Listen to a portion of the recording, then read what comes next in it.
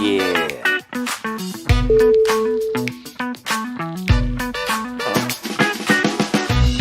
Can you dig it?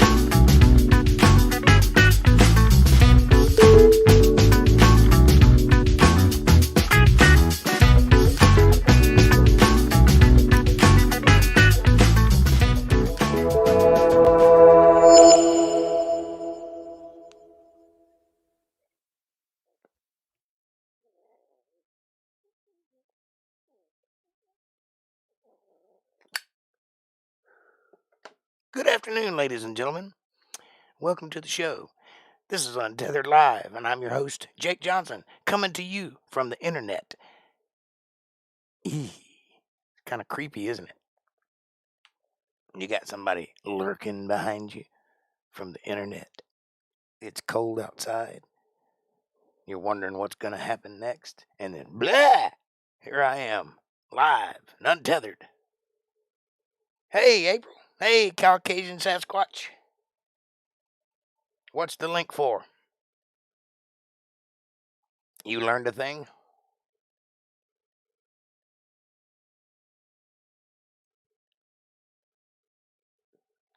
I learned a thing or two myself.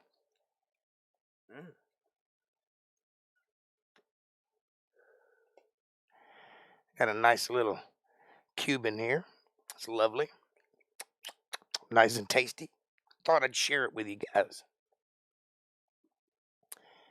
Apparently, it's really, really stuffy in this room.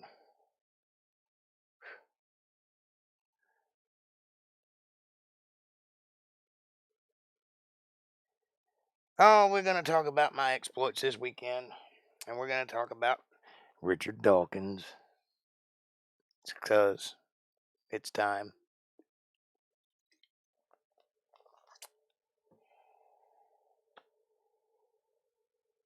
It. I've been trying to figure it out for 3 weeks. The operative word in that sentence is it. What the hell are you referring to? What is it? And congratulations for figuring it out.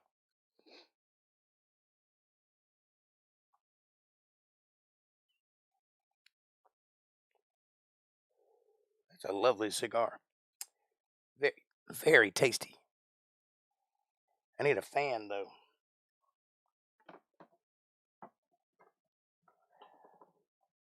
Break out my biggest fan here. Barely blowing at all. I think it's about had it.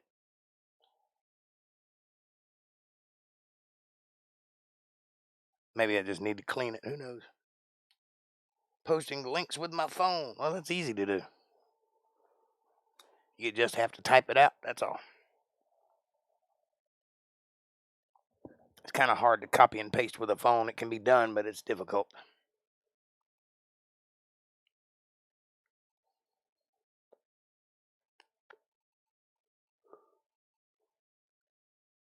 Anyway, I'm glad you figured it out, and I'm glad that you posted a link, and I'll follow that link and watch that after the show.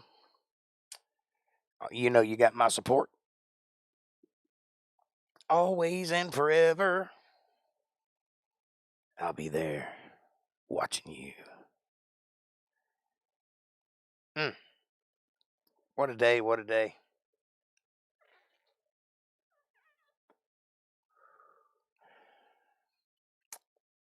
I think there's a hole in my cigar because when I suck on it, it squeaks. That's not weird. Not weird at all. Can you hear that?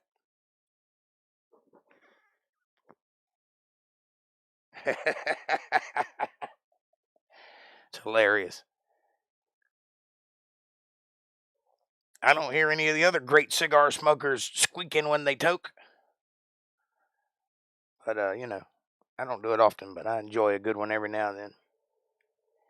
There's a new one out now. that I saw recently. It's as big around as a beer can almost. It's called the Eliminator or the Terminator or something like that. Some kind of name like that. I've got to have one. So if you know where to get one, buy one and send it to me. If not, tell me where to get it and I'll go buy it.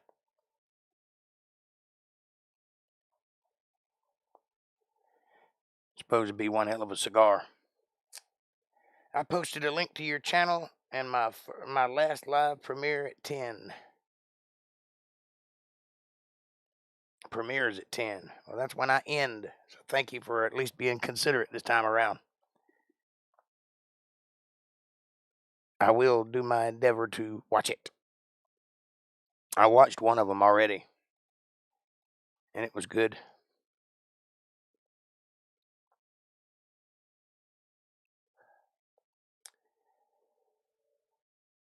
April, where are you and Kevin going tonight? It's Friday night. Surely you're going somewhere.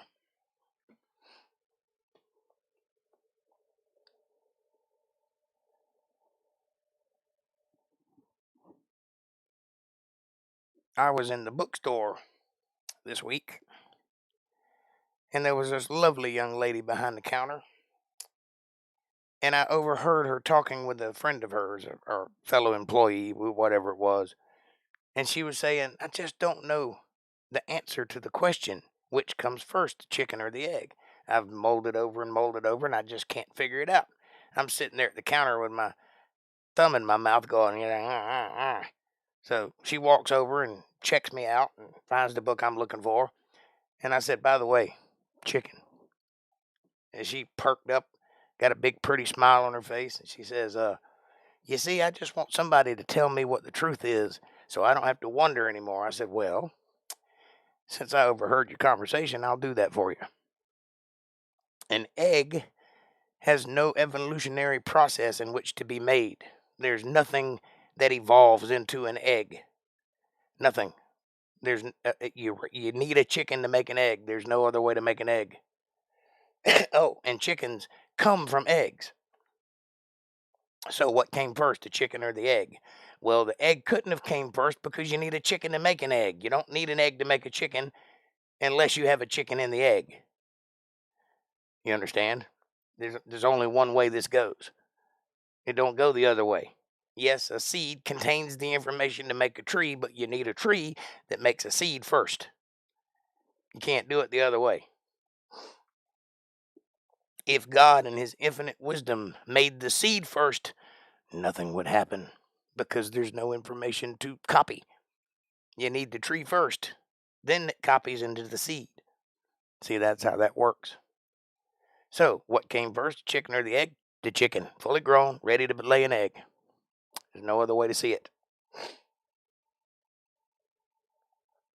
And if you read the Bible, as we do, you'll find out that I'm right about that.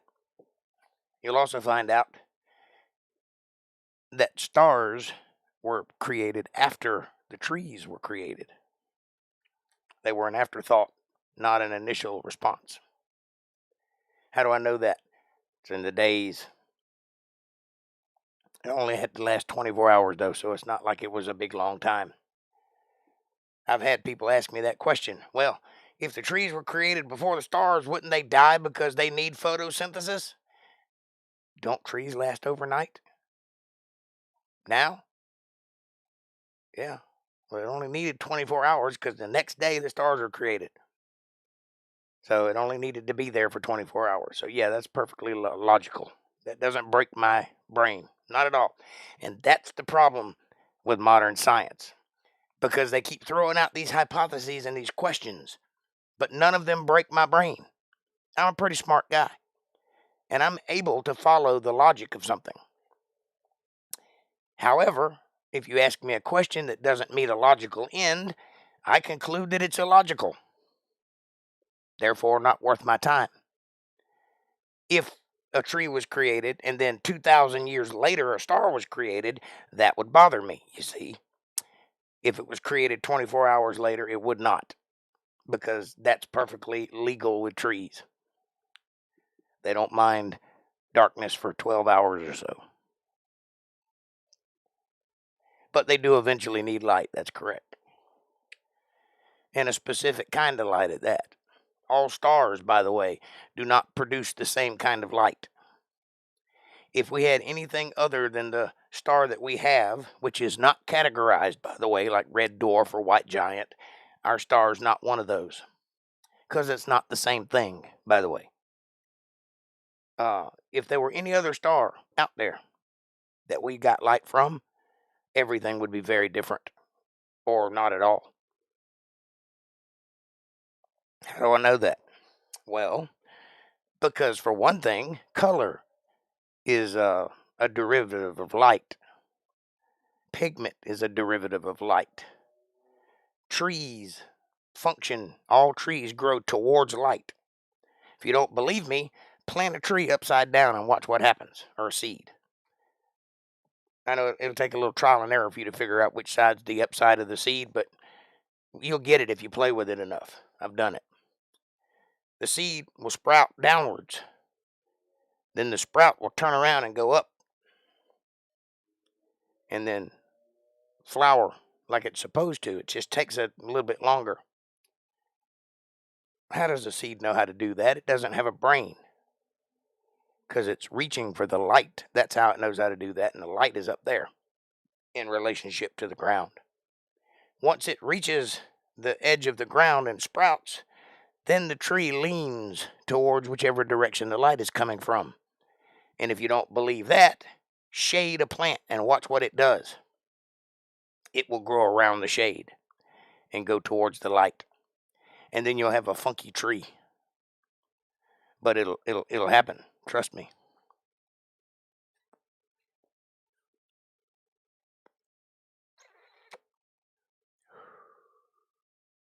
Cuban. So, all of this, by the way, came from a 5-second confrontation with a lady at a counter at a bookstore, where I got some nice books for my son's birthday.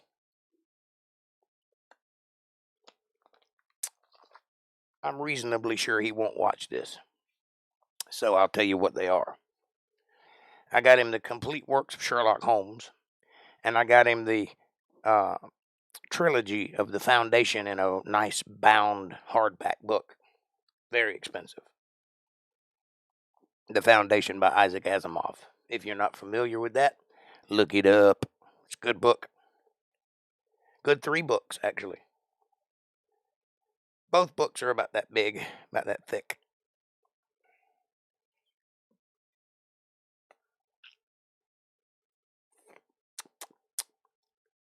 I love the taste of a cigar almost as much as I like smoking it. Isn't that weird?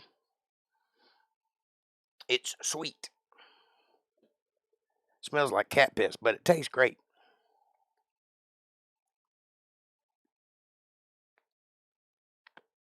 So the answer to the question is no. There is no logical sense in evolution. I've looked into it. I can give you my word on it. It won't hold up. Despite what you may believe, and many people believe many things, you're not a fan of cigars? That is the kind of cigar you need to try before you make that decision, buddy. I'm not a big fan of them either, but this is a great cigar.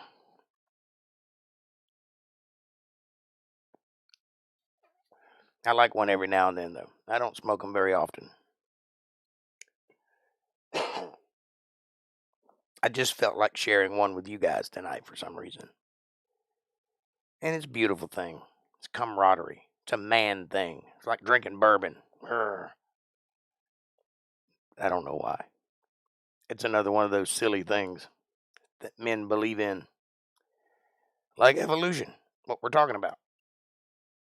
This whole thing was started in the 1800s. It was started to remove God from academia because they were having a problem with it. Because everything they said, they'd be like, but God. Well, they got tired of that, so they tried to remove him. And we're still playing along today. Weird. So, am I right? I don't know. I have no idea. I'm logically right, yes. Is that what happened? I guess you just had to find out. So, there are many different theories as to how the world began and what caused everything to come into fruition, why we're here, and what the purpose of all this is. And to that I say, my theory is God put us here and we probably should pay attention to what he's saying. That's my opinion. There's other opinions that are valid. Evolution is not one of them. Sorry. Whoever invented that was an idiot looking for the easy way out. And the more they try to push it, the more times they find things in the dirt and claim it to be the proof that they're looking for. If you just wait about 6 months later on the second page or the third page or the fifth page, they'll retract it and say, well, that really wasn't what we thought it was. Sorry. It's been going on for decades. If you don't believe me, look into any of them. Lucy, the Piltdown Man, Australopithecus, Anthropophyrensis, or whatever his name is. Look into all of them. Every one of them. Hoax. Hoax after hoax after hoax after hoax. Every one of them have suspicious beginnings. Every one of them have guys messing with bones before they're released to the world. Every single one. Archaeopteryx, the bird, with the feathers and the beak and the claws, not a real thing. Turns out there's a company in China that makes those things. It's either China or Japan. I can't remember which. I think it's China. Anyway, they use chicken bones and glue and resin to make dinosaur bones, and they made that thing. And it's on the cover of Time magazine as a real find. They touted it for 6 or 8 months before they admitted that it was not real. And some people to this very day still teach it as if it's real. You got Ernst Haeckel. You got his drawings of the embryonic states that are still in textbooks today. 150 years ago, they were proven to be hoaxes. He went to jail for it. He hoaxed the world with his drawings and got caught and tried for fraud and lost and went to jail. And they're still teaching it in textbooks. In Texas, you can go to a museum and they've got a bunch of horses from small to big, and they say this is the evolutionary path of the horse. Problem is all of those horses exist now. Different horses, different breeds. They're just arranged from smallest to biggest. They're not the same horse. Sorry, you're wrong. And not only are you wrong, you're hilariously wrong. Lucy, the actual scientific find, is a skeleton with half of a skull, no hands, no feet, partial pelvis. I know you've seen the picture. A few bones are missing out of that picture. But if you go to the Smithsonian, there's a statue of Lucy standing there by a fire with a child and a staff, looking off into the distance with forlorn eyes, as if to say, what does the future hold? So I called over the guy. Like, hey, come here. What the hell is this? That's not what they found in the dirt. Did Lucy have a child? You don't know. Why is there a statue of a child with this statue?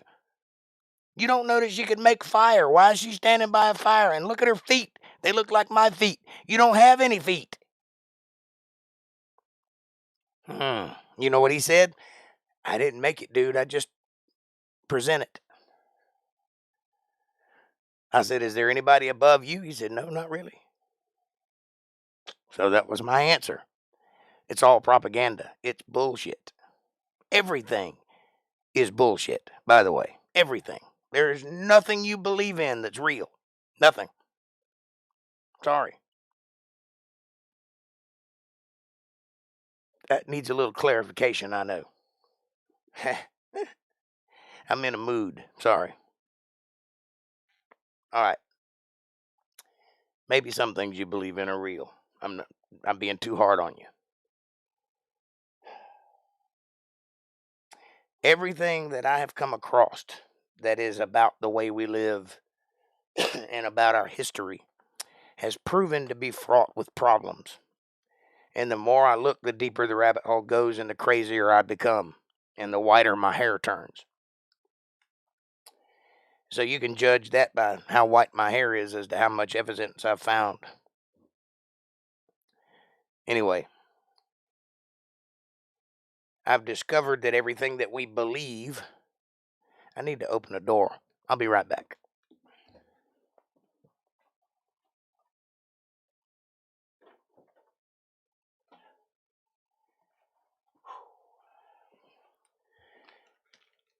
Sorry about that. It got kind of warm in here. All of a sudden, I was having trouble breathing. Everything we believe was handed down to us by people who wrote down the history.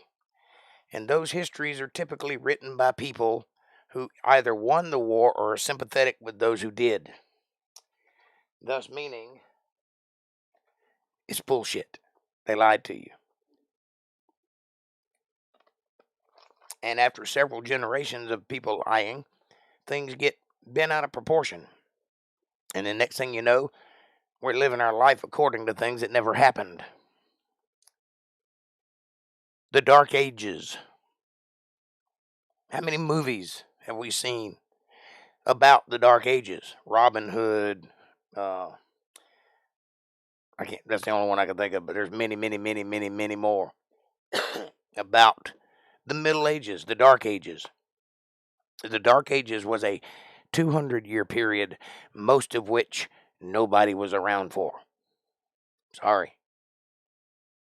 Very sparse scatterings of people during that 200-year period lived in that time. None of these things occurred. There were no grand, great castles.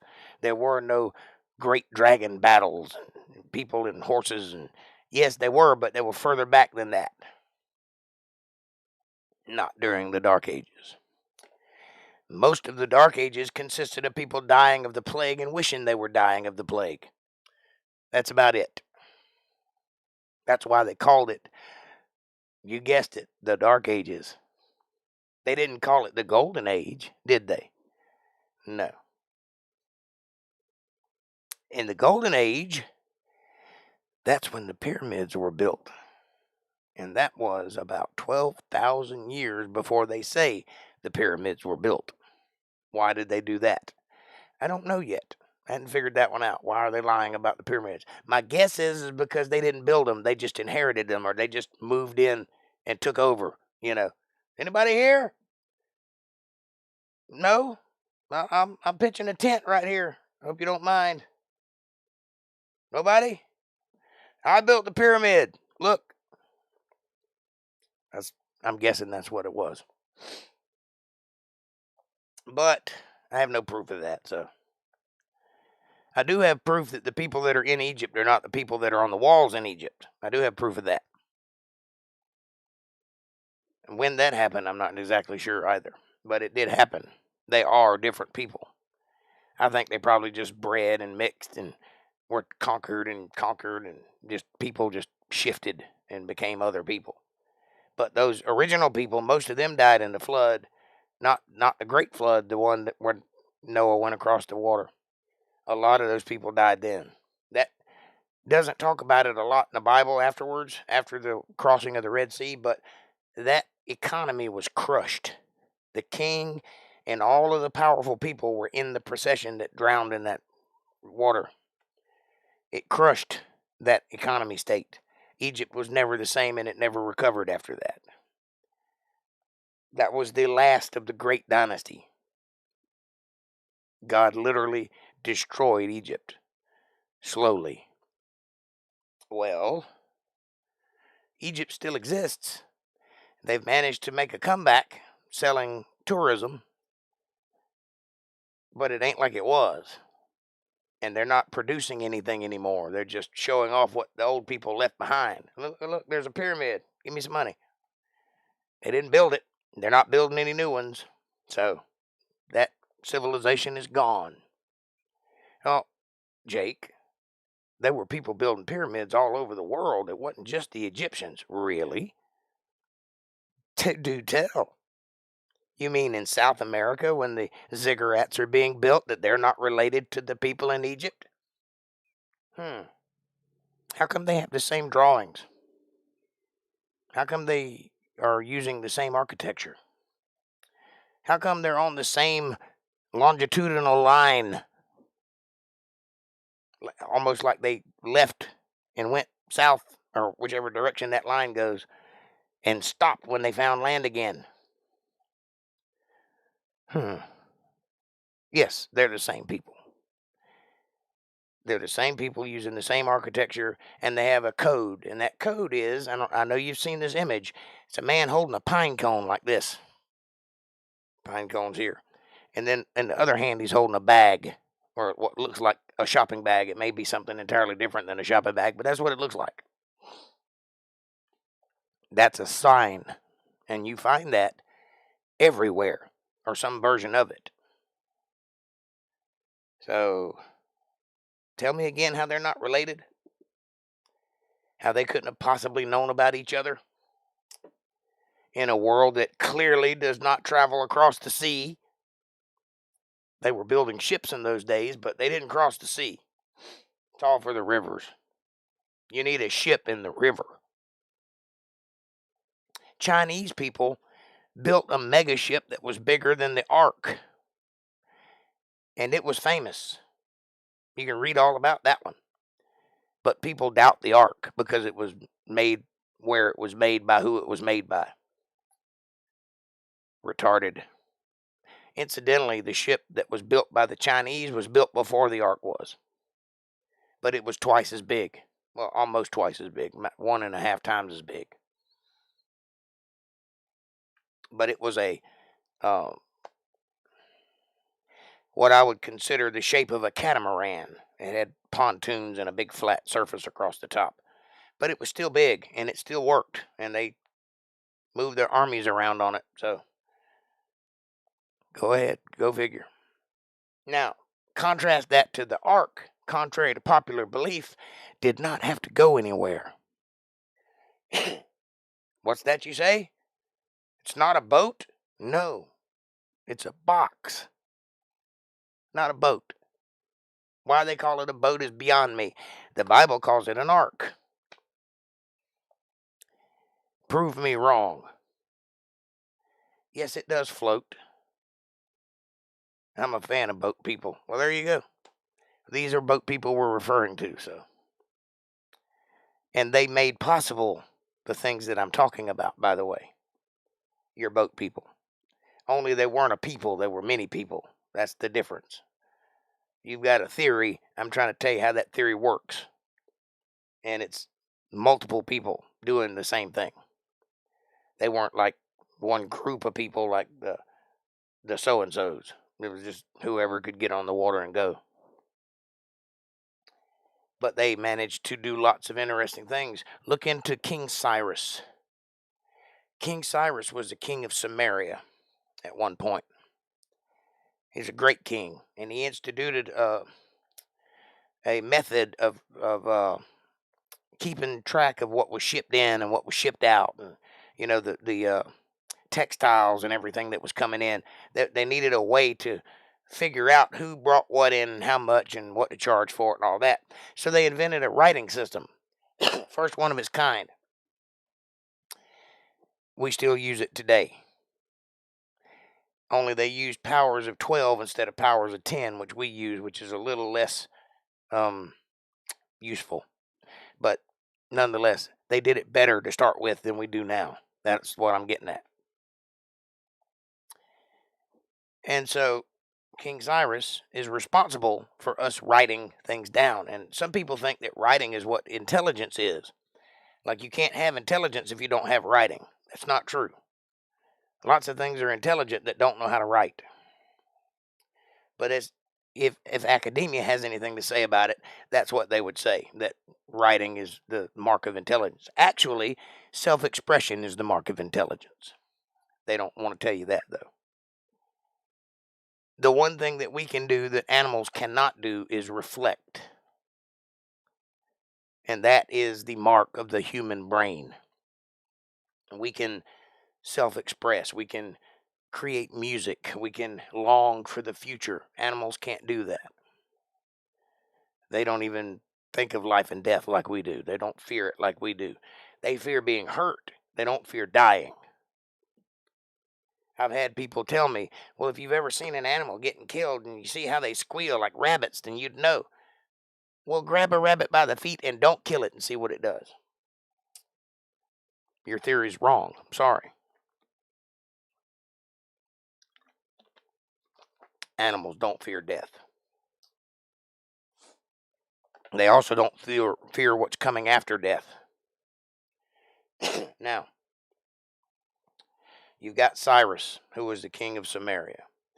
You've got different ones that were Pharaoh or king of Egypt. You got some that were king of the southern lands. All of these great peoples just disappeared. Where did they go? Well, they didn't go anywhere. They died. And then the next generation couldn't do what the previous generation did, and they just moved on. So they didn't just vanish. I mean, there's a method to this. Did you know the reason we haven't been back to the moon, according to science, is because we can't? Did you know that? We went to the moon 9 times in the 60s and 70s, early 80s. Probably 12 or 13 times before that, unmanned. And we cannot do it today. We just can't do it. Can't build a rocket that could get there. Don't have the technology. Don't have the intellect to make a rocket leave the Earth and go to the moon with people on board. But they did in the 60s. Why? According to NASA, the answer to that question is they destroyed the stuff they used and we don't know how to build it back. We can't figure it out. What? Can't you look back at their notes? Apparently they didn't write anything down. You mean to tell me that all those people that were building those massive engines didn't write anything down? Not even schematics? No. We can't do it. We're stupid. They were smart. That's NASA. Well, can't you look at the footage? I mean, surely there's... Oh, we lost that. You lost a metric ton of videotapes? Yeah, we sold it at a flea market. Why? Because the budget was thin that year. It's not in the Smithsonian. The greatest achievement of mankind. The records of it are not in this. No, we sold it. Somebody taped Jeopardy on one of them. I'm frustrated now. Because I'm not a scientist and I know better than that. What about the telemetry? Yeah, we don't have any of that. What about the astronauts? Well, most of them are dead or alcoholics. They're not famous? Well, a couple of them were famous, but they were drunks. Why? Because we made them lie to people. Oh, so it's your fault. Yeah, it's kind of our fault. I'm shocked. I've run the gambit of emotions in this podcast. Why? Why are we doing this? How is it that a man named Elon Musk that knows absolutely nothing about rocketry can build a rocket, but NASA can't? And his rocket lands like Flash Gordon. Have you ever thrown a pencil in the air? Tell me how he's doing that. I want to know.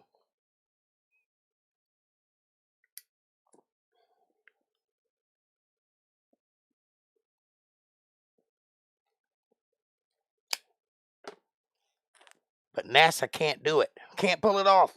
Too much. You went to the moon in a contraption that looks like a crackhead treehouse. Duct tape, scotch tape, and carbon paper. Don't tell me you can't figure it out.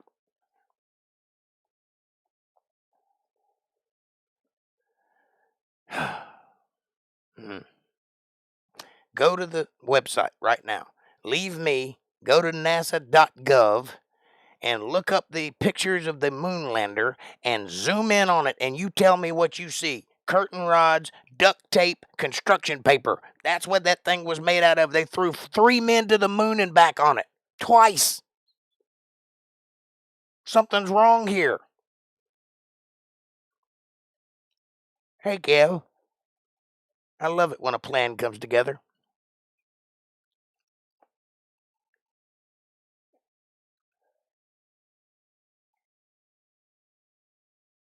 This cigar is making me confrontational. I do apologize. We're talking about evolution and people and the evolution of people. And right now we're at NASA, if that gives you any idea. Good to see you, though.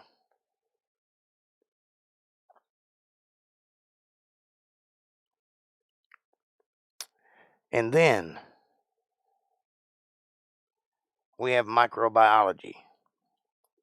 Microbiology is the study of things too small to look at with your own eye, a thing that we've recently come into knowledge about over the last 100 years that we did not know beforehand. April, please come in. I'm hungry, says Kevin. She was listening, but I think I've scared them all off. Nobody's talking.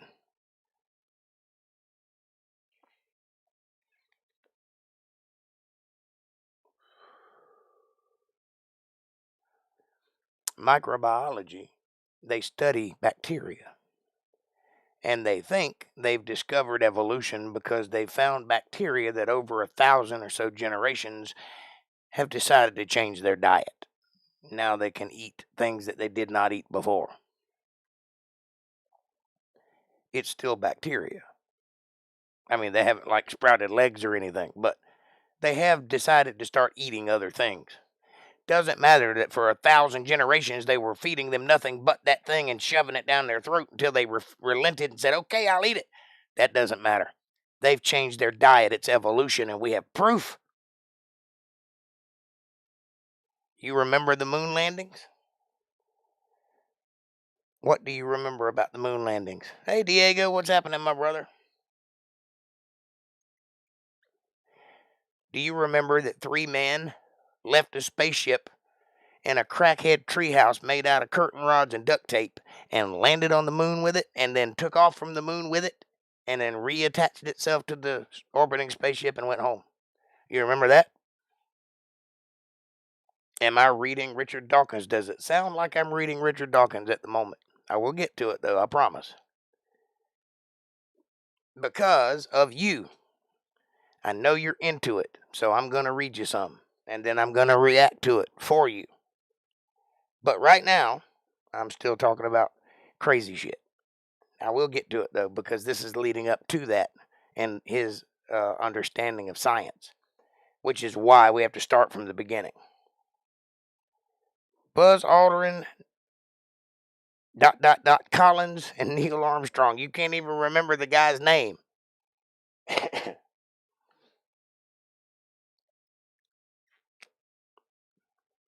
Okay.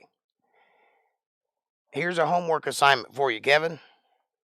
See if you can find on YouTube or anywhere else, anywhere you want to look, the debriefing interview that occurred right after they got out of containment. You know, they were kept in a containment center for 2 weeks because they had no idea what they'd bring back from the moon. Oddly enough, that containment center was a travel trailer and it was not airtight and had an air conditioner on the roof. But hey, they were in there for 2 weeks quarantined. And then they got out of that and went to a press conference. Look that up. Watch it in its entirety, and you tell me what those men are thinking.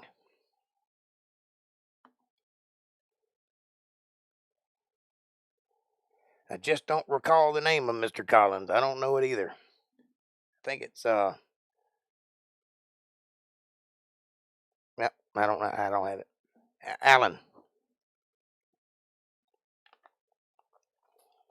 Sounds reasonable. Anyway, those 3 guys, they get interviewed. And you would think that their reaction would be something like, I just went to the moon. Can you believe what I just did? Look what I just did. None of that. Their reaction was, I can't remember what happened. The whole interview. Tell me why. It was the 60s, man. I recall it.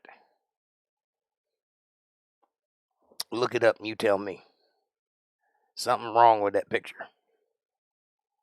They were all stoic. You recall it? You need to go back and look. You're a lawyer. You can do better than that. They were not stoic. They were guilty. They were lying. They were not stoic. Go back and watch it again. You can do better. You talk to guilty people for a living. Go watch those people and tell me they're not guilty. I don't know what they pulled off, but it wasn't what they said they pulled off. I promise you that. Here's my thought. Here's my opinion on the subject.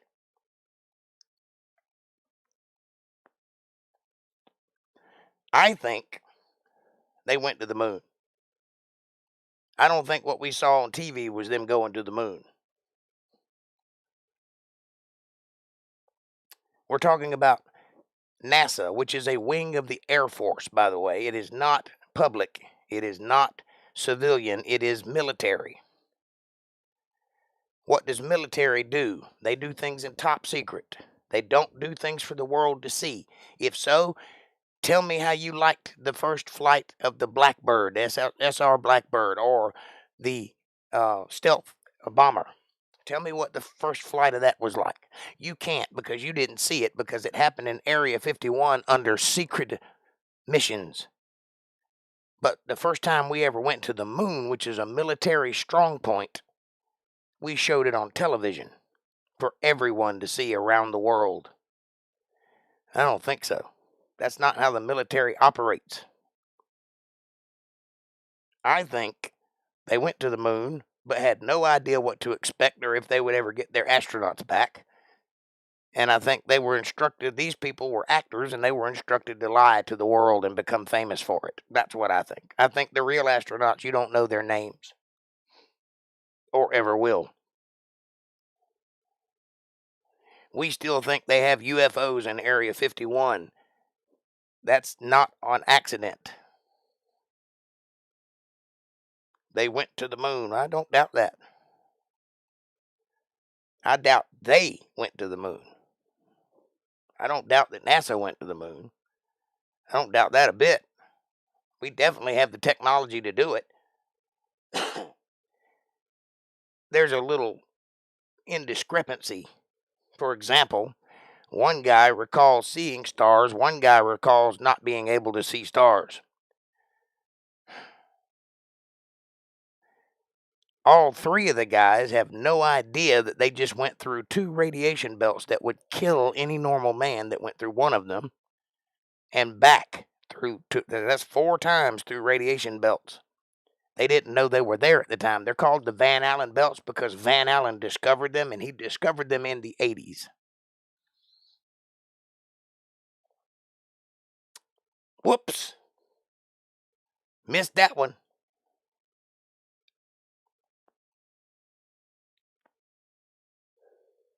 Might have been 70s, but it was after the moon landing. Anyway, what does all this mean? We got all these sciences lying through their teeth to the natural population of the world. From the time you're born, you were taught about space and dinosaurs. That's from birth. That's on your pajamas. That's in every book you've ever read. That's in every classroom you've ever been into. There's a globe in your face. There's dinosaurs on the wall. There's space everywhere. All cartoons, all movies, all books. Same message. Down your throat it goes. It looks like propaganda because it is. Why? Because they're selling you a worldview. It doesn't matter if it's true or not. That's not my point. It may be, some of it might be true. The earth might be round and we might go around the sun. I don't know. I haven't been out there. I can't answer that question for you honestly. I can give you my idea, but I've never been up there and neither have you. So don't give me that bullshit like you know something I don't know. You don't. You know something you believe because somebody else told you because you think they read it in a book. Period. None of the people in that chain have ever been out there to see it. None of your teachers ever went up. None of your parents ever went up. None of your friends. Not you either. You believe in a worldview. You chose to believe it. Why am I doing this? I want you to break that. That's why. I want you to build a new worldview, one where you decide what's in it. You want to believe that? That's fine. You decide to believe it. Try it. It'll break everything you believe. So, we got a guy out there called Richard Dawkins, and he wrote a book called The Blind Watchmaker. Because he's trying to explain how we got here. But he can't use the word God because, you see, he's an atheist. He doesn't believe in God, so he can't say that. So he comes up with this great, brilliant hypothesis that maybe it was like a blind watchmaker. Why is he blind? Well, because if he could see, then it would be different. I guess. I don't know why he thinks that. He also postulated that aliens might have put us here, but no way did God do it. That's unreasonable thinking. So he writes this book and he sells millions of copies of it. I'm probably going to read some of it in a little while. I've got an article pulled up here. Let me see what it says. Hold on, I got the wrong web page pulled up.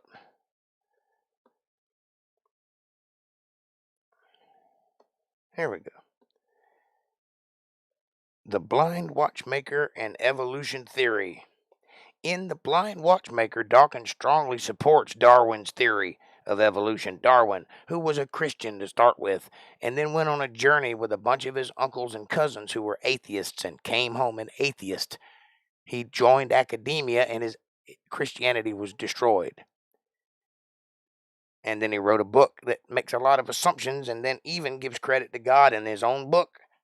And they used that as a theory, evolution. And he's a racist and a incest survivor. And uses various examples to support the theory of evolution and the idea of a universe without design. Everything in the universe is mathematically accurate down to the nano whatever metric you're using. If anything was more than 1 degree different in this universe, nothing would work. It all has to be exactly as it is. That is the opposite of without design. The title of the book explains the ways he sees evolution. He borrows the idea of a watchmaker from William Paley and his musings. Apparently, Richard Dawkins, almost said Stephen Hawking. Richard Dawkins did not even come up with the blind watchmaker. Maybe he added the blind part. Who knows? We'll see. If you were to find a watch lying on the ground, you would know that there must have been some person who made it, who had designed it with its specific functions in mind. And so with the universe. Someone must have designed and made it, comma. There should be a period there, but there's a comma there. Because it's too intricate to have come into existence by chance. Comma. Should be a period there, but there's a comma there because they're not done making fools of themselves. As are the plants and animals who inhabit it. Period. That was a question. Should be a question mark, but it's a period. What about the animals who inhabit the planet? Are you referring to their symbiotic nature, where there's not one living thing on this planet that does not require another living thing on this planet to live in harmony with the planet? Is that what you're referring to? Are you referring to the fact that they could not have come about by themselves? There had to be something that started it. Is that what you're referring to? No, you just leave it blank. This is Paley's argument. What argument? I didn't hear an argument. I heard a statement, a half-question statement with no answer. That's not an argument. In favor of a divine creator. Dawkins, however, proposes just the opposite. He argues that there's no planning in nature, that Darwin's theory, who is part of nature and came by plan, I guess that doesn't matter, and Darwin's theory of natural selection, the blind and conscious automatic processes which explains the existence of the purposeful form of all life, has no purpose in mind. Why do all living things that can talk wonder what their purpose is if there's no purpose designed into the thing that is asking the question? You ever met anybody that did not wonder why they were here? I think you're wrong about this. It has no mind and no mind's eye. I agree. Creation does not have a mind or a mind's eye, but the guy who created it does. It does not plan for the future. It has no vision, no foresight, no sight at all, because we're talking about everything. It's not one specific entity. It's all specific entities, and some of them do have eyes. It can be said to play the role of the watchmaker in nature. It is the blind watchmaker. That made no sense at all. It can be said to play the role of a watchmaker in nature, comma, it is the blind watchmaker. It gives a quotation for page 5, so maybe it goes on later in page 5, I don't know. Dawkins compares natural selection to the blind watchmaker because natural selection does not see ahead, does not plan consequences, and has no purpose in view. None of those things are correct. Does nature see ahead? Well, things are born and they die, and then they do it again, and then they do it again, and then they do it again. I would say nature probably knows that occurs. So, yeah. Is there a purpose? Yes. How do I know that? Because you can live your life without purpose and you're still going to die, but the thing that comes next is what's important.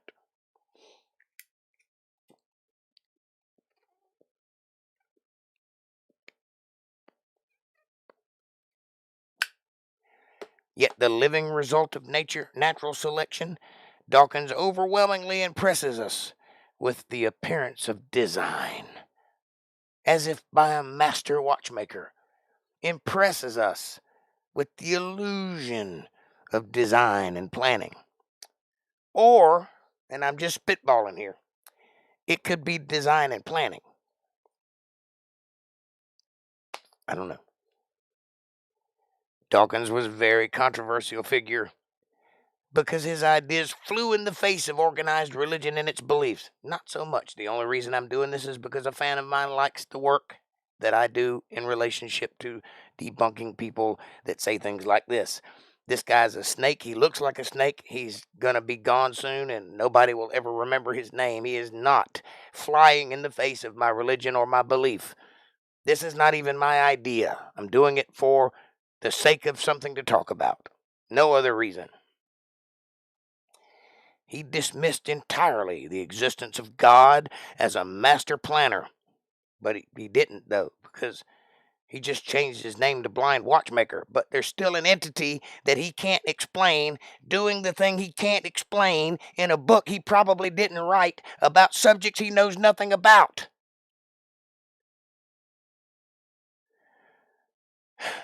The divine creator of all that exists. He dismisses the idea of every God or everything that God creates is perfect. Really? A concept at the very heart of religion, because Darwin's theory of evolution proves otherwise. So you think everything isn't perfect? Let's see you make one. Dawkins, I challenge you today to make a human for me that's better than the one you have. Show me how an eye functions better than the one in my eye. You think because a 4K camera can pick up 4K that it's better than my eye? I can throw a ball and hit a camera. You throw one at me, I'll catch it. You understand? Maybe it has better resolution than my eye, but it's not better. It can only see flat surfaces. It can't intuit things. Mine can. And I wear glasses, and they're even more perfect than that camera that's looking at me. Mine can adjust in a millisecond. That camera goes out of focus when I move if I don't have it set. You understand? You cannot make a perfect anything. I'm not even going to continue this. Maybe I will. Let's just go a little further, see if I get any better at it.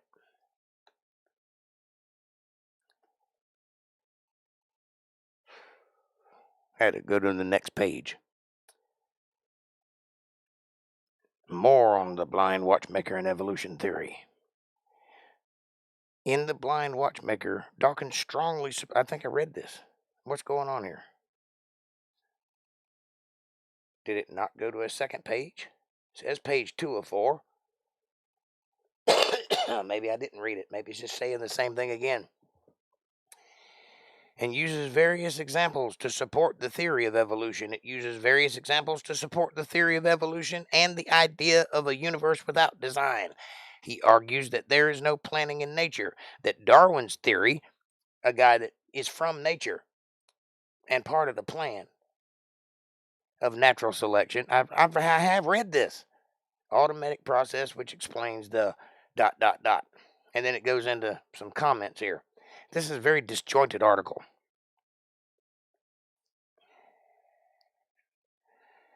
That says the same thing again. What am I missing here? I guess these are comments. It says page 2 of 4. But I think the article is over. Oh well, I'm done anyway. I can't fight these people. They're way smarter than I am.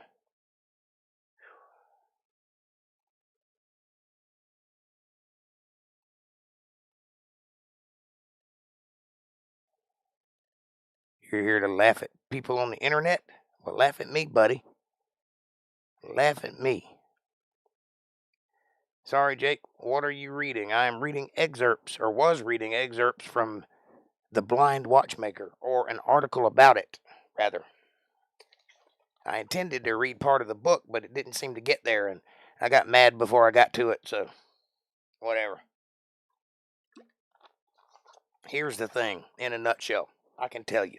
I don't even need to read the book, I can tell you. There is no God, there's a blind watchmaker, though. That's the same thing. That's the same thing. You're just changing the word. But you have to concede that something started this. There is intelligence here. There's no other way to see it. I don't care what God you believe in. I don't care if you follow my faith.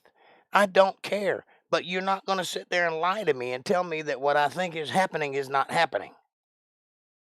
You're not going to tell me the things I see with my own eyes are not what I'm seeing. He does have a snake face. He looks like a snake. He is a snake. He works for a snake. A big one.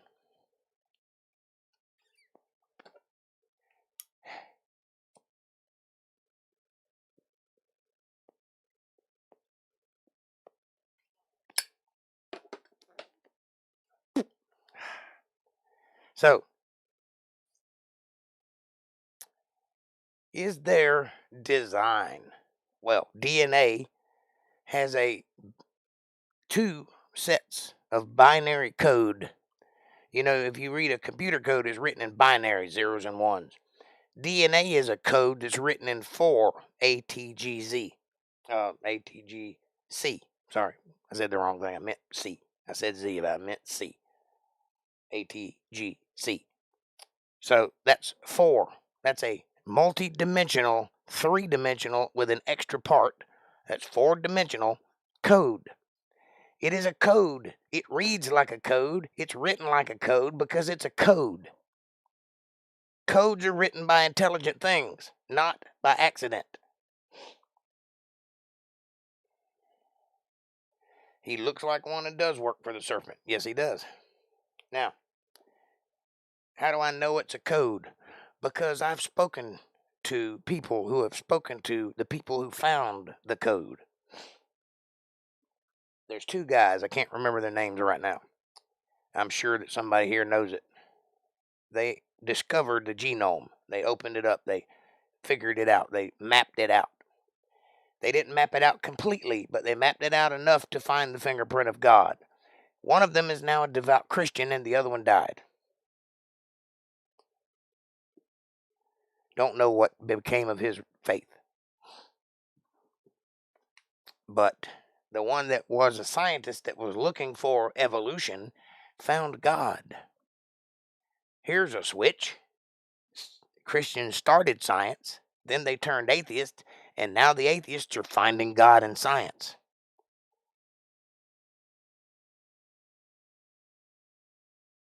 Stoicism is an ancient Greek philosophy.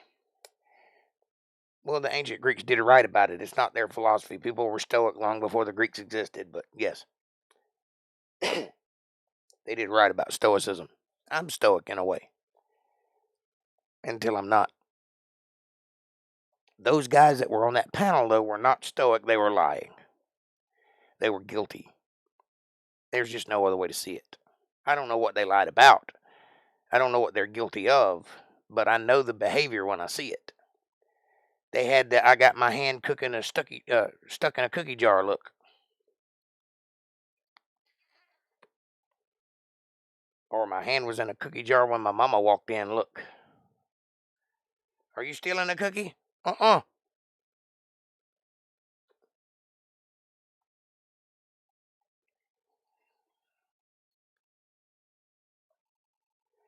Richard Dawkins is an atheist, but he has no business questioning the belief system of other people because he doesn't even have his own. There is a video of him capitulating to a believer in God because he asked him a question he couldn't answer. And he finally admitted there must be a God.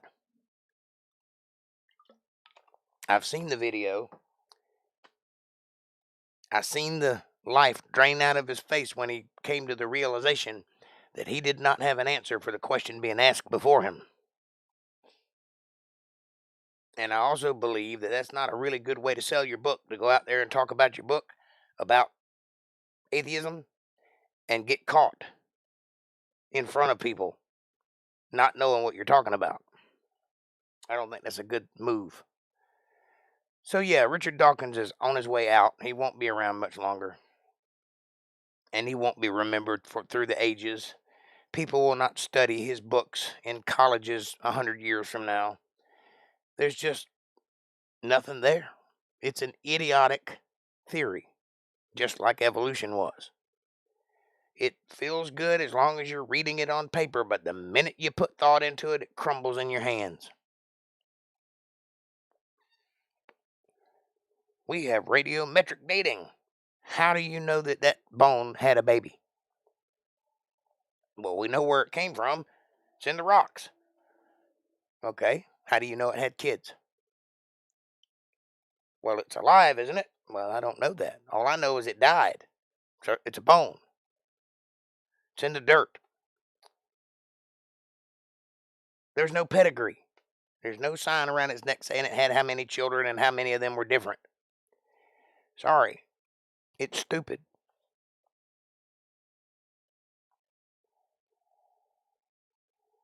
Yeah, Stephen Hawking was an atheist. However, he knows better now. He's had a conversion.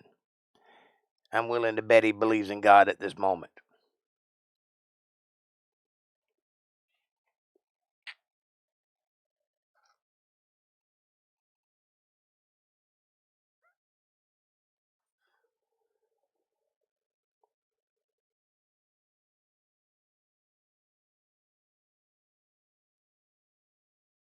Heaven is a fairy tale for people who are afraid of the dark. I agree with that. There's a whole lot more in that sentence, though, than you're letting known. The dark is the darkness, i.e., Satan himself. Heaven is a fairy tale. It's in a book. For lack of better words, it begins within the beginning and ends with a long time ago.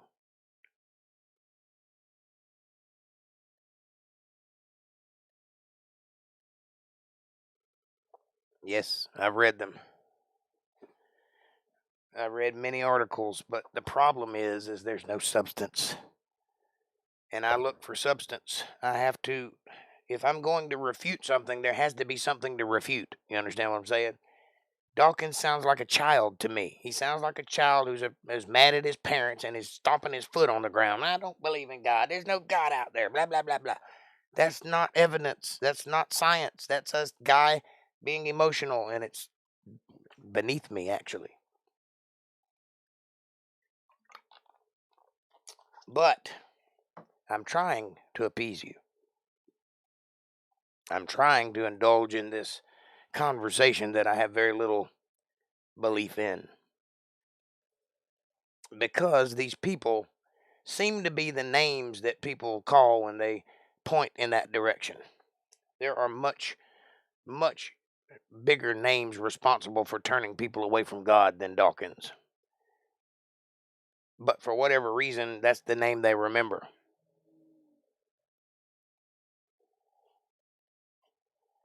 It all boils down to what I was reading Monday. Monday, we're in First Chronicles, and I was reading just before that. Just before, it might have been right before we got into that book, or might be at the very beginning of that book. Genealogies, and one of those genealogies, one of those genealogies was of Cain, and they're called in the Book of God Kenites, Kenites. Those are descendants of Cain. Why did they write it that way? Because if they said Cainites, you would think of Canaanite, which is a different place and different people. So they put a K on it. Kenites are descendants of Cain. Anyway, those people became scribes, and they became people who write down the history of things. It says so right in the book. Tells you who they are, tells you where they go. And then later on in the book, when Jesus is talking to somebody that the Bible refers to as a Pharisee, or a Bible lawyer, if it were, it makes mention of who he is. And Jesus calls him, "You are of your father, the devil." Well, who's that? That's a Kenite of his father, the devil. That Pharisee, that Bible lawyer, was a Kenite of descent. And on and on and on through the Bible, you find these little tidbits, and why they're written that way is to tell you who you're talking to. I'm sure Richard Dawkins fits nicely in that bill. Hey, Alpine Gulch, there you are. I looked and you weren't there, and then I looked and you were. Good to see you.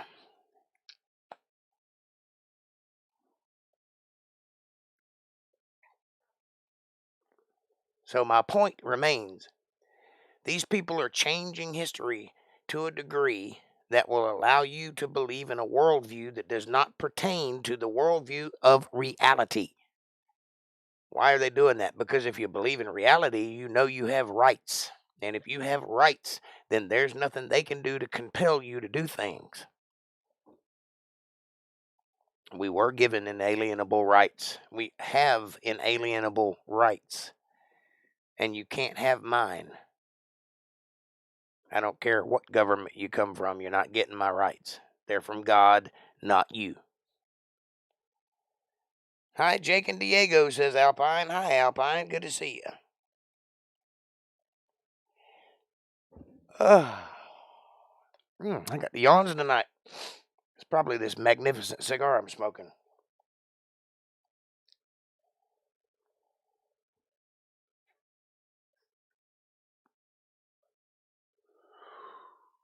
It's beautiful. You should try one. It's a Cuban.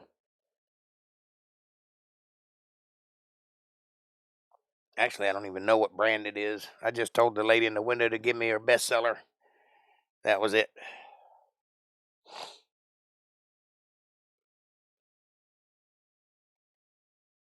and it was expensive, but not very expensive. It was slightly expensive, so it's probably middle of the road. But it tastes great. It got a good flavor.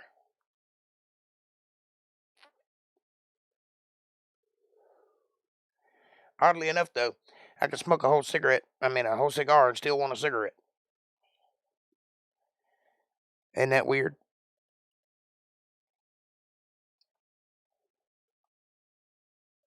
All right, ladies and gentlemen, it's 9:40. So if you would please do me a favor and hit that subscribe button and press the bell icon so you get notifications. Smash that like button like it owes you money. Smash it hard. Smash it with vigor, but only smash it once because we need the numbers. Share this video with somebody you love. Better yet, share it with somebody you don't love. Bring them into the family. Make them part of the fold. Be part of their solutions, not part of their problems. Leave a comment down below and let me know what you're thinking about. Question me, curse me, bless me, challenge me, confront me, conform with me, drink my Kool-Aid. Drink your own Kool-Aid as long as you're thinking critical. That's what I want. Critical thought coming from that brain of yours. And if you dig what you're hearing tonight and you want to help out and you think you can contribute and make us keep the lights on or whatever, won't you please take a moment and go to paypal.me/JakeJohnsonBand. Every little bit helps. It's a win-win. It's a blessing for me. It's a blessing for you too, because God notices these things we do. After all, live in a reciprocal universe. And with that, I will round out with your questions and comments. Thank you. And thanks for your support. Anybody got any questions? I think I was pretty clear. Oh my, I'll watch the replay. Well, thank you. I got a little crazy. I get a little bit up in arms occasionally. This all came, by the way, all of this that I've talked about tonight came from a conversation I had about 10 seconds in a bookstore. And I was waiting on a service, and there's a lady over there talking to somebody, and she's the lady that was going to be over here to help me, and she was talking to him about which came first, the chicken or the egg, and it got me thinking. And that's the reason you got this tonight. So, blame them. It's that bookstore, that, you know, the one.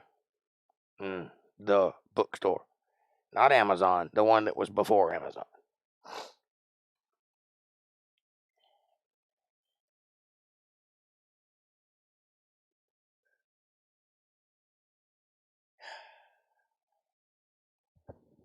It's been a lovely day, though. It's been cold outside and windy.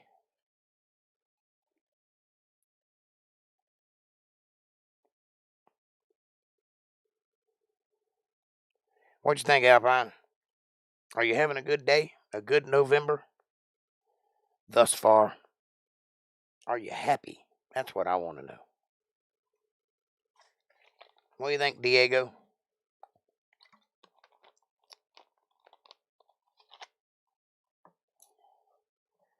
Did I scratch the itch at all? I was trying to. I am going to look for some better articles, though, because the one I read just kind of stopped in the middle for some reason and went to comments. I didn't like that very much. Super nice weather. Excellent. I will continue this conversation when I have more fodder to fight against. I was looking forward to tearing apart Richard Dawkins, but it looked like it wasn't going to get into his book. So, and I don't want to read the whole book. So I'm looking for a happy medium. I'm looking for an article that talks about what's in the book enough that I can refute it without reading the book. It's chilly here. It's chilly here too. I got my heat on and the door open, and it's still cold and then hot because it's too much heat. And I can't regulate body temperature because I don't have a thyroid.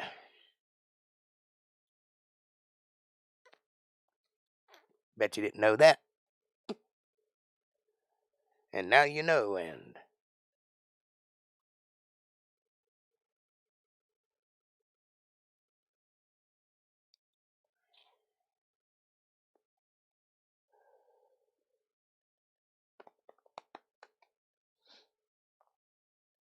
I had Mexican food for dinner tonight. I went to a Mi Cabana, which is a nice restaurant here in town, and got some takeout. Who's Dawkins? Richard Dawkins. He's an author. He's an atheist mouthpiece. Looks like a snake. I know you've seen him on TV before.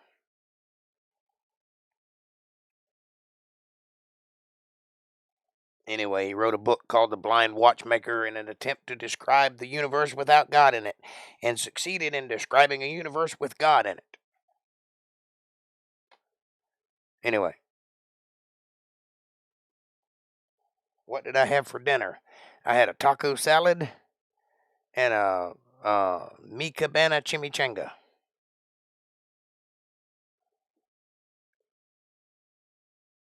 And now I'm feeling nature's call of the wild, if you know what I'm saying. Oh, time to go to the bathroom. Oh. Yeah, the God Delusion. I did read part of that. Again, I got disgusted because he's just making leaps and bounds without any evidence. You can believe whatever you want to believe. The problem is when you tell people it's fact. Dan Barker, remember him? You ask me that often. Yes, I remember. I'm beginning to wonder if you work for that guy. And I'm just kidding.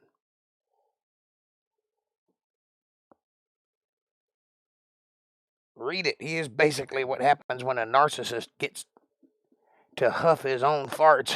Yeah, and write about it. Yes, that's exactly why I got disgusted and stopped reading it. That guy's been smelling his own farts a long time.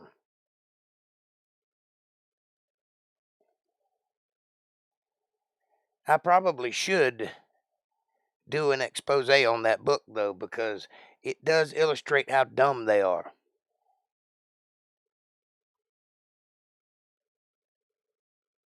Yep. Yeah, he did.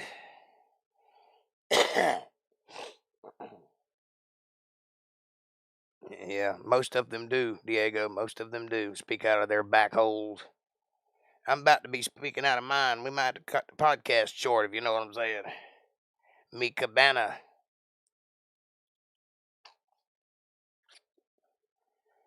No, I'm just kidding.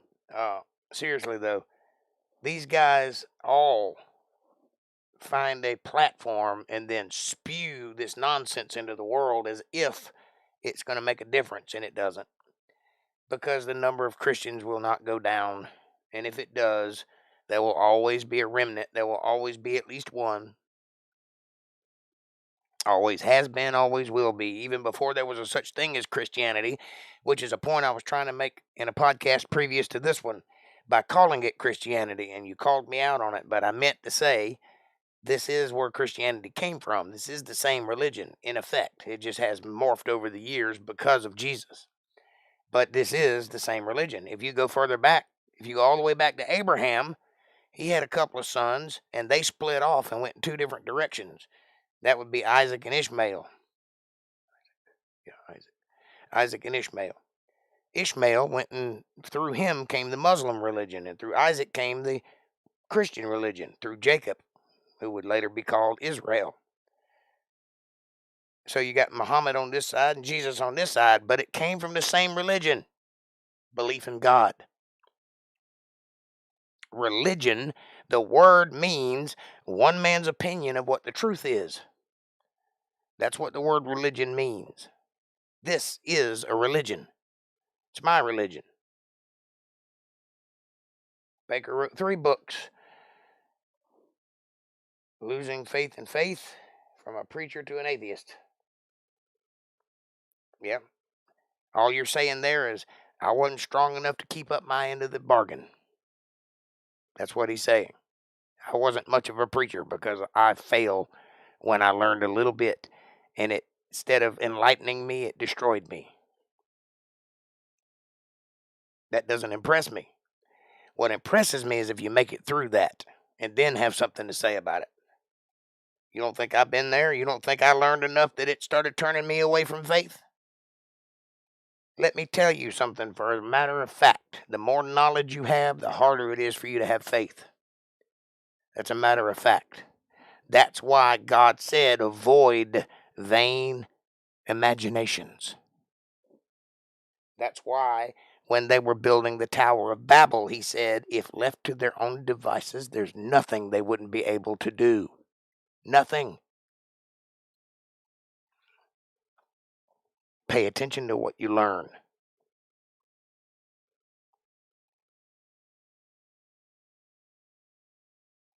You are now giving the titles of this man's book. Are we sure you don't work for him?